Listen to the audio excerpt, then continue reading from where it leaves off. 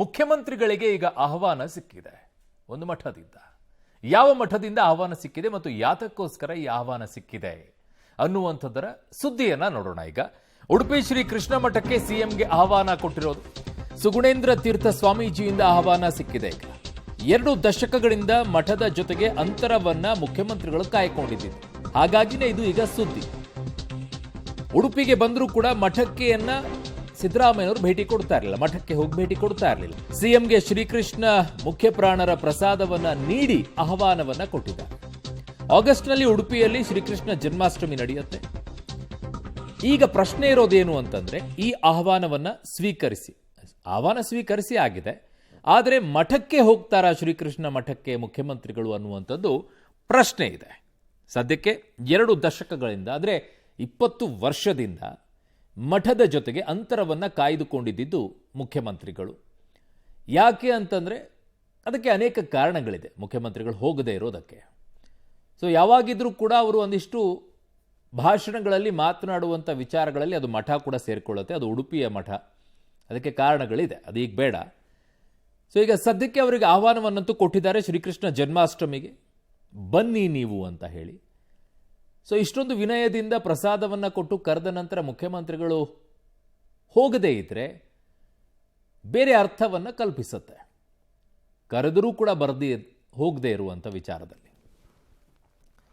ನನ್ನ ಸಹೋದ್ಯೋಗಿ ಈಗ ಉಡುಪಿಯ ಪ್ರತಿನಿಧಿ ದೀಪಕ್ ಜೈನ್ ನನ್ನ ಸಂಪರ್ಕಕ್ಕೆ ಸಿಗ್ತಾ ಇದ್ದಾರೆ. ದೀಪಕ್, ಈ ವಿಚಾರದಲ್ಲಿ ಬಹಳ ಚರ್ಚೆಗೆ ಎಡೆ ಮಾಡಿಕೊಡ್ತಾ ಇದ್ದಿದ್ದು ಅವರ ತಮ್ಮ ಅನೇಕ ಭಾಷಣಗಳಲ್ಲಿ ಕೆಲವೊಂದಿಷ್ಟು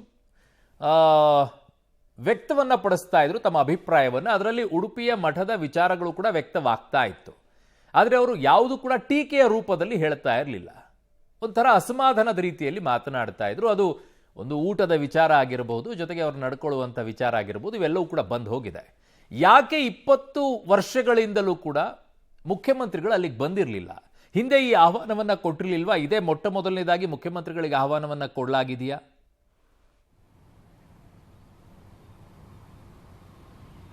ಅರುಣ್, ಸಿದ್ದರಾಮಯ್ಯನವರ ಮತ್ತು ಉಡುಪಿ ಶ್ರೀಕೃಷ್ಣ ಮಠಕ್ಕೆ ಸಂಬಂಧಪಟ್ಟಂತಹ ಸೈದ್ಧಾಂತಿಕ ಹೋರಾಟ 25 ವರ್ಷಗಳ ಹಿಂದಿನದ್ದು.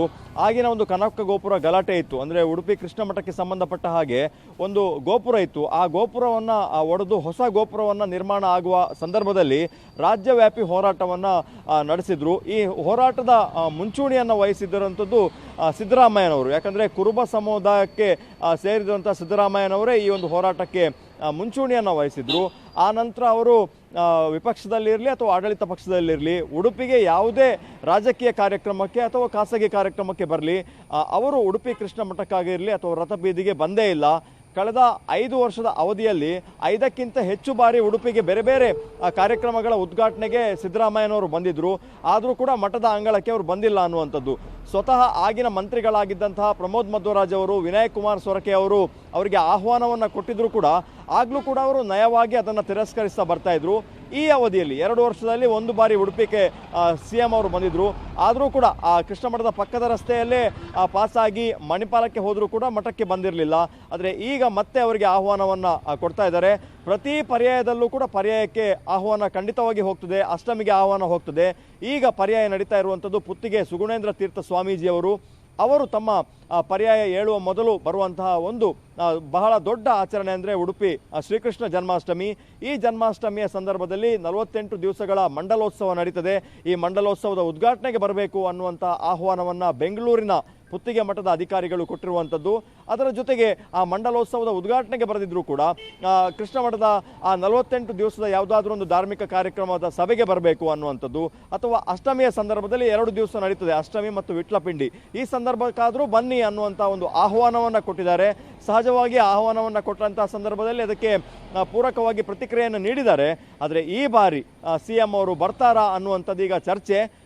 ಹಾಗಾಗಿ ಅವರ ಜೊತೆಗಿದ್ದವರ ಅಭಿಪ್ರಾಯಗಳನ್ನು ಪಡ್ಕೊಳ್ತಾರಾ ಅಥವಾ ನೇರವಾಗಿ ಅವರು ಹೋಗ್ತಾರಾ ಅನ್ನುವಂಥದ್ದು. ಅದರ ಜೊತೆಗೆ ಒಂದು ವಿಚಾರ, ಸಿದ್ದರಾಮಯ್ಯನವರ ಪತ್ನಿ ಉಡುಪಿ ಕೃಷ್ಣ ಮಠಕ್ಕೆ ಯಾವುದೇ ಸದ್ದಿಲ್ಲದೆ ಬಂದು ಸೇವೆಯನ್ನು ಕೊಟ್ಟು ಇಲ್ಲಿ ಪ್ರಸಾದವನ್ನು ಸ್ವೀಕರಿಸಿಕೊಂಡು ಹೋಗ್ತಾ ಇರ್ತಾರೆ. ಈ ಹಿಂದೆ ಹಲವು ಬಾರಿ ಬಂದಿದ್ದಾರೆ, ವರ್ಷ ಬರ್ತಾರೆ ಅನ್ನುವಂಥದ್ದು. ಆದರೆ ಸಿದ್ದರಾಮಯ್ಯನವರು ಕಳೆದ 2.5 ದಶಕಗಳಿಂದ ಅಂತರವನ್ನು ಕಾಯ್ದುಕೊಂಡಿರುವಂಥದ್ದು. ಅರುಣ್ ಬಡಿಗೇರ್. ಓಕೆ ದೀಪಕ್ ಜೈನ್, ನಿಮ್ಮೆಲ್ಲ ಮಾಹಿತಿಗೆ ಧನ್ಯವಾದಗಳು.